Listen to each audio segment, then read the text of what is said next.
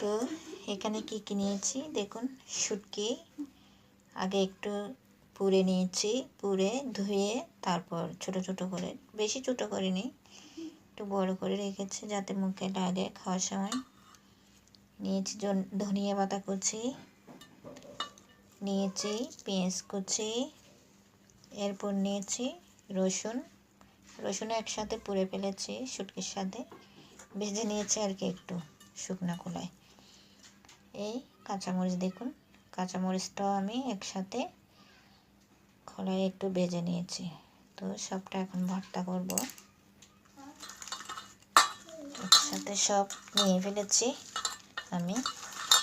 এবার এটাকে একদম ভালো করে মেখে নিতে হবে। এদিকে দেখুন ভাত বেড়ে রেখেছি, ডাল, আর আজকে হচ্ছে মাছের তরকারি, পাবদা মাছ রান্না করেছিলাম। এরপর একটু নিরামিষ সবজিও আছে দেখুন। তো দেখুন আমি একদম মেখে নিয়েছি ভালো করে। এবার দেব সরিষার তেল, এটা ছাড়া তো একদম হবে না ভর্তা বললেই সরিষার তেল। তো অনেকটা দিয়ে দিয়েছি দেখুন। এবার এটাকে আরেকটু মেখে নিচ্ছি। শীতকাল বললেই মানে এই সেই ভর্তা, আলু ভর্তা যেটাই করবেন সেটাই খাওয়া যাবে।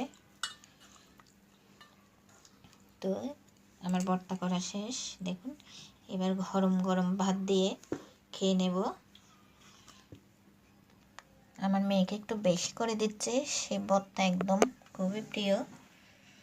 ভাতগুলো কিন্তু একেবারে গরম, এখন নামিয়েছি, আগে আমি বেড়ে ফেলেছি সে কারণে ভাবটা আসছে না। তো দেখুন আজকের দুপুরের খাবার এই হলো। চলুন আপনারাও একসাথে খাবেন। টাটা।